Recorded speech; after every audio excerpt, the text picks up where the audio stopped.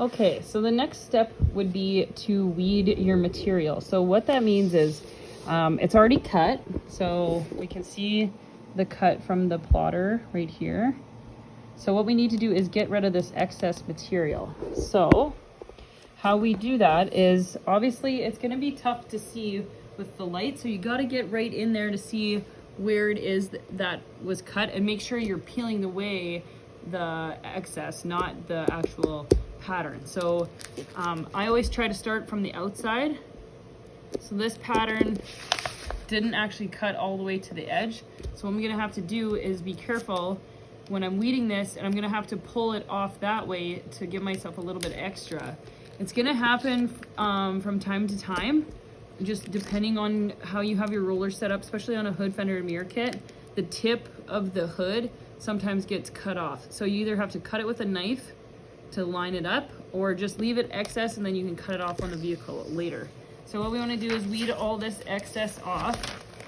So this excess ends up being garbage. So all this spot, all this space that we have, that's why it's nice to have more vehicles lined up for the week, because right now we're going to be wasting all of this interior piece because we cut a bumper. So what I like to do before I weed all that and waste it all, I'm going to cut off that excess, because we can always use it for, say somebody comes in and brings like a bike part or some, bless me, some kind of part that we can just put a custom piece on, or even a fender flare or something like that.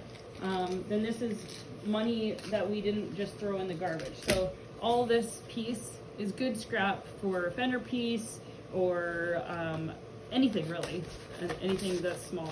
So I keep that, I roll it up, and I put it in our scrap bin, so that when I have to do something custom or small, I'll use stuff like that. Of course, again, we're trying to save money so that we can give you guys raises based on how much wasted material we're having and whatnot. So if we can keep the waste down, that means we have more profit, meaning we can pay you more. So keep that in mind. Either make sure that your patterns, you're moving pieces in your pattern. So if I was going to do the hood fender with this bumper, I would have moved the fender pieces in here and the mirrors maybe to try and fit it all in there. And then I would have cut it so that I didn't waste any of this. But I didn't, because we're only doing the bumper on this one. So unfortunately I couldn't use that.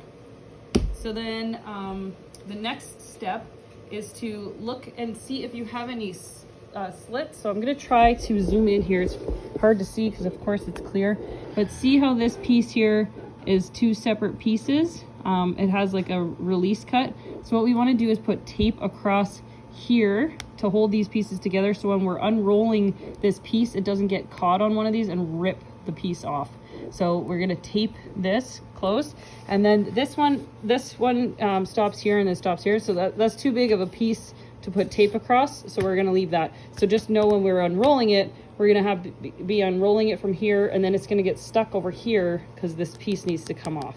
So then we'll pull this piece off and get it onto the bumper, which I'll show you in the next video so that you understand what I'm saying. But the next thing is to put tape on those little corners right there. So I'm just gonna go grab the tape and then show you how to do that really quick.